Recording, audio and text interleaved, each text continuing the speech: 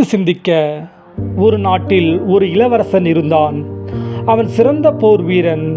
அவனுடைய வாழ்வீச்சுக்கு அந்த நாடே ஈடு கொடுக்க முடியாது. அந்த அளவிற்கு சிறந்த வீரன். அவன் ஒரு முறை அரண்மனையில் வாள் வீசி பயிற்சி செய்து கொண்டிருக்கையில் ஒரு எலி குறுக்கே ஓடியது. உடனே அதன் மீது வாளை வீசினான். அந்த எலி லாவகமாக தப்பித்து சென்றது. பிறகு மீண்டும் அதை துரத்தி வாளை வீசினான். மீண்டும் தப்பித்து வலைக்குள் புகுந்து கொண்டது. உடனே மனம் உடைந்து போனான். அப்பொழுது வந்த அரசர், ஏன் சோகமாயிருக்கிறாய் என கேட்க, இந்த நாடே எனது வாழ்வீச்சுக்கு திறமைக்கும் ஈடு கொடுக்க முடியாத போது இந்த சாதாரண எலி என்னால் கொல்ல முடியவில்லையே என விவரித்தான் இளவரசன். மன்னர் சிரித்துவிட்டு, எலியை கொல்ல வாழ்வீச்சு பயிற்சியதற்கு அரண்மனை பூனைகளை கொண்டு வந்தாலே போதுமே என்றார். உடனே அரண்மனை பூனை வரவழைக்கப்பட்டது. அந்த பூனையும் எலியை வேட்டையாட முயன்றது. ஆனாலும் அந்த எலி எளிதாக அதனிடமிருந்து தப்பிச் சென்றது. மீண்டும் இளவரசருடன் அரசரும் சோகமானார். அப்பொழுது மந்திரி வந்தார். என்ன அரசே, நீங்களும் இளவரசரும் சோகமாயிருக்கிறீர்கள் என்றார். அதற்கு அரசர் நடந்ததை கூறினார். நம் நாட்டு பூனைகள் எதற்கு லாயக்கு? ஜப்பான், பாரசீகம் போன்ற நாடுகள் உள்ள பூனைகள் புலி உயரம் உள்ளது. எனவே அங்கிருந்து வரவழைப்போம் என்றார் மந்திரி.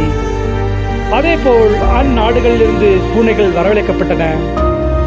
ஆனால் அவற்றிடமிருந்து அந்த எலி சாமர்த்தியமாக தப்பித்து சென்று வலைக்குள் புகுந்தது.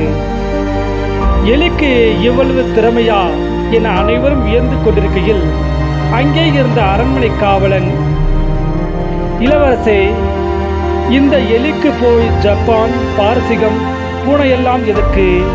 எங்க வீட்டு பூனையே போதுமே என்றான். மன்னருக்கு நம்பிக்கை ஏற்படவில்லை.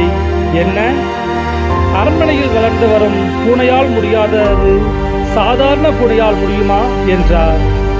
உடனே இளவரசர் மறித்து, சரி, எடுத்து வா, உனது பூனையை என்ன என்று பார்ப்போம். வீட்டிற்கு சென்று தனது பூனையை கொண்டு வந்தான் காவலன். அந்த பூனை அந்த எலியை ஒரே தாவில் லவக் என்று கவிச் சென்றது. இதை பார்த்த இளவரசருக்கு பெருத்த ஆச்சரியம். என்ன ஒரு அதிசயம்! ஜப்பான், பாரசீகம் அரண்மனையில் வளர்ந்து பூனைகளிடம் இல்லாத திறமை எப்படி இந்த சாதாரண பூனைக்கு ஏற்பட்டது? எப்படி சாத்தியம்? என்ன பயிற்சி கொடுத்து பூனையை வளர்க்கிறீர்கள் என்று வியந்தவாறே கேள்விகளை கேட்க தொடங்கினார். அதற்கு காவலாளி, பெரியதாக என் பூனைக்கு திறமையோ பயிற்சிகளோ எதுவும் இல்லை இளவரசே. என் பூனைக்கு ரொம்ப பசி, அவ்வளவு தான் என்றார். உடனே இளவரசருக்கு சரி என்றது. அரண்மனைக்குள் பூனைகள் நன்கு தின்று கொழுத்திருப்பதால் அவற்றுக்கு பசி என்பதே என்னவென்று தெரியாது, வாய்ப்பும் இல்லை.